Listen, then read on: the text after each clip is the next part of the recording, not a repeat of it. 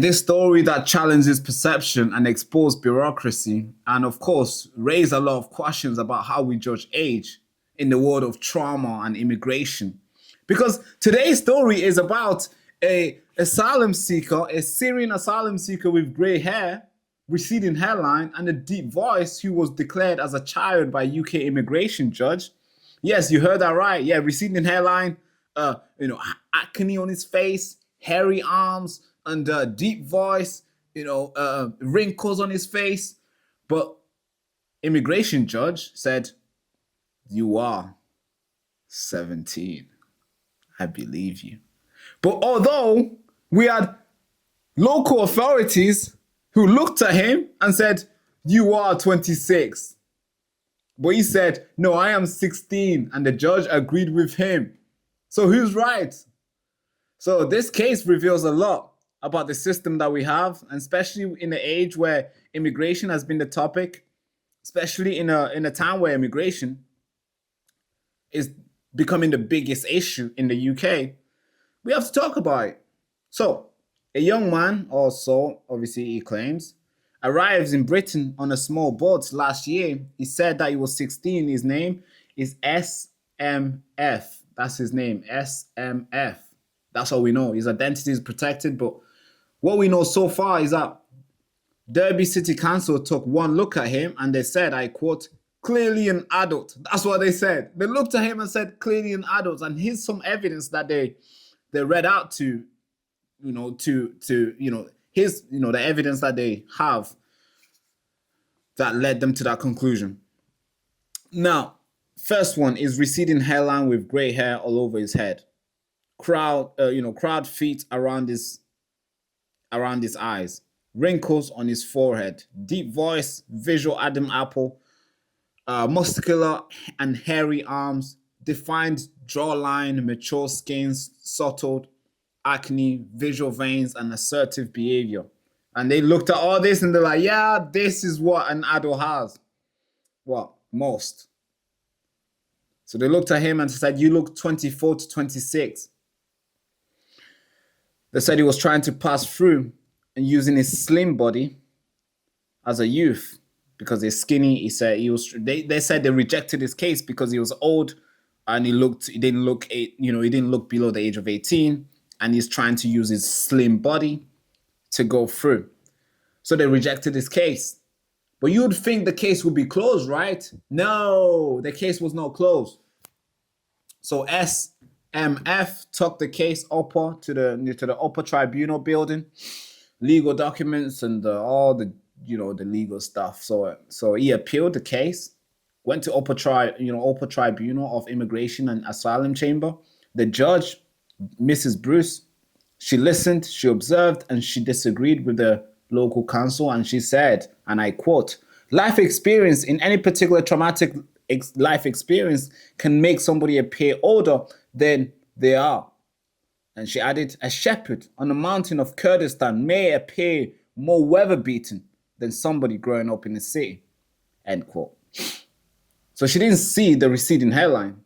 She didn't see the wrinkles. She saw a frightened young boy, just a little frightened young boy who couldn't cook, couldn't do laundry, and needed help navigating the world. That's what she saw, apparently. So she accepted him, and she also accepted his testimony from others, asylum seekers who lived with him. So here's the testimony from other asylum seekers, why they also believe or know that this guy is a child. He is the reason why. So, all right, here's the reason why. All right, let's just say it. So the reason why they think this guy is a child is because he's immature, he's childlike, and he needed help. He needed guidance through the hotels. And that was enough to tip the scale for the judge to say, "You are a child." And he was granted that right, I guess. Now, you might be thinking, Barak, there's a lot of people who have come in the country illegally, and when we had to find out their age. How do we usually do this? Well, we have a system, and it's called age assessment. where we look at somebody, we're like, hey, how old are you? They say they are 14. We assess the age. We don't just take their words, right? I'm surprised actually. No, we don't take the word. Really, we don't take the words. Yeah, we don't actually take the words. So we do age assessment. It's done in the UK usually by social workers, immigration officers, and they heavily rely on physical appearance. But apparently today, trauma and genetics and malnutrition can distort that.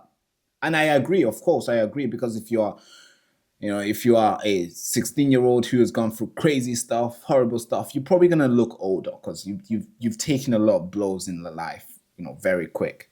So I agree. So that was the gray line, and I think that's what he used. So in S's case, so in this guy's case, what's his name again? SMF's case, two seniors officers looked at him, assessed his age. So two senior officers assessed his age. Not just two officers. Also including a immigration officer, chief immigration officer also joined in. So we had three top knowledgeable in their field. They looked at his age and they came to a conclusion that this person, I quote, was significantly over the age of 18. That's what they came to. That was the conclusion. And also, after they got the age and after they come to their conclusion that this guy was over the age of 18, the social worker who worked with him also agreed. And they said, I agree, he's over the age of 18. I've just been working with him. So they documented everything. The veins, the receding hairline, the Adam's apple. They did everything. They obsessed. They went through all this. They questioned him, talked to him every single time, and they got more information to confirm that this guy was significantly over the age of 18. That's what they said, and the social worker agreed. But immigration judges, no, they disagree. The judge said that the confidence in those guys does not equal to adulthood. She said that chronology of his story matched known events that took place in Syria. So basically what she's saying is, hey, all the story that this guy is telling me took place in Syria, so I believe it. And he said his date of birth is August 12, 2008. So he arrived in the UK when he was 16. So the judge was like, all right, you told me a good story. It's good. I mean, it could be right. He could be right. But this is where the problem arises. This is where we have to ask tough questions now, because how do we now access age fairly? What do we do now, since we can easily get it wrong? Maybe we are wrong, but how do we do it now? What happens when a trauma ages a child prematurely? What happens then when a real baby, let's say like a 13-year-old who has gone through crazy stuff and who comes in and physically they look like they are 26? What happens then? Do we say, hey, you're not a child? Because that'd be unfair, right?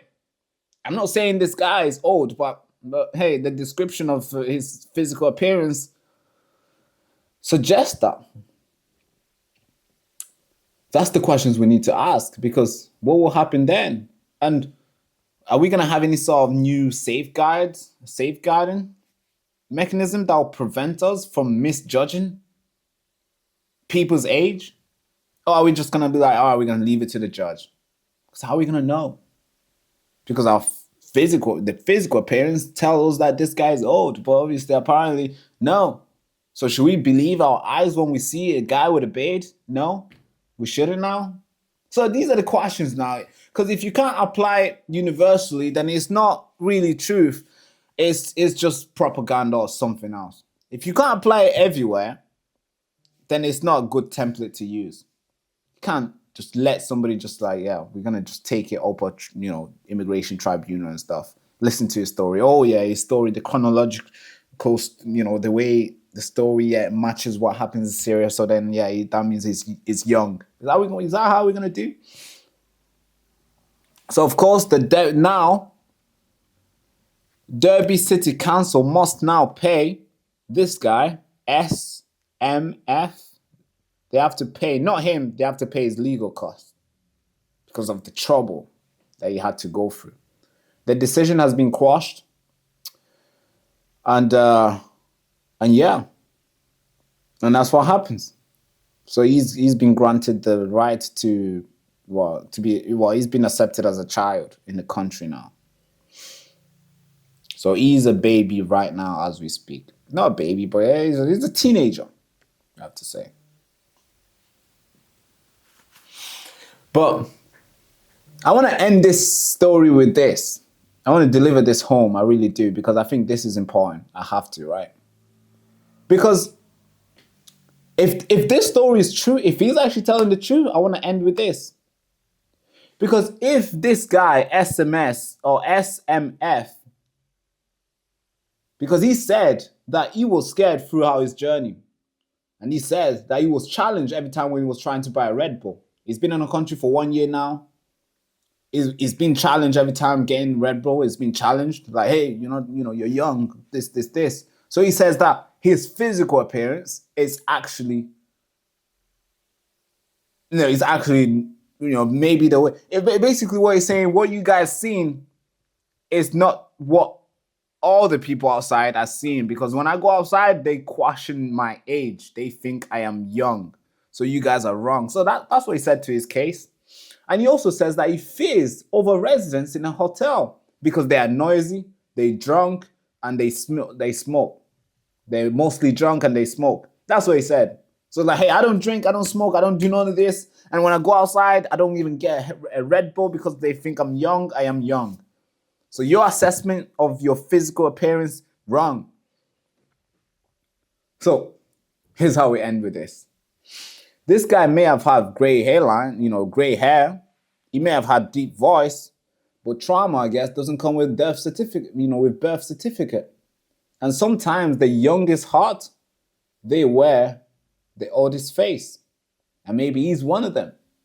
But this case has to remind us one thing, that we do not judge a book by its cover, especially when that book has survived war, displacement, and fear.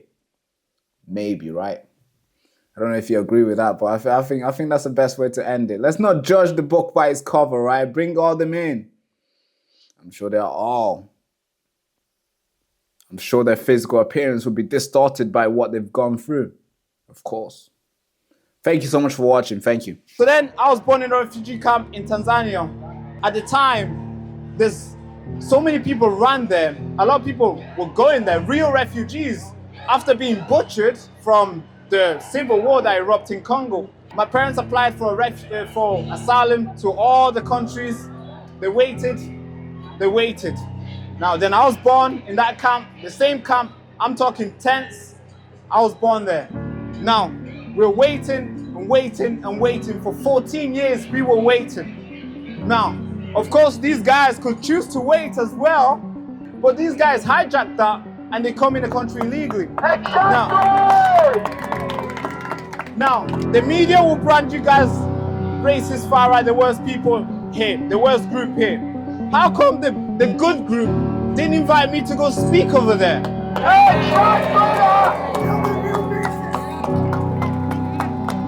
So I call this the greatest awakening because all the way from over there, there's hundreds of people turning up.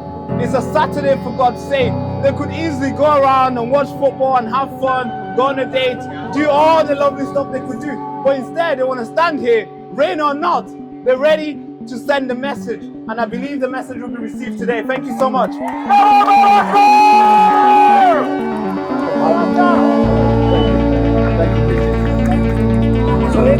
For anybody in the back who struggled to hear this young man's story, what incredible, brave young man. Oh yes, I agree. British Christian values, regardless of his own beliefs. Let's hear it for Baraka. thank you.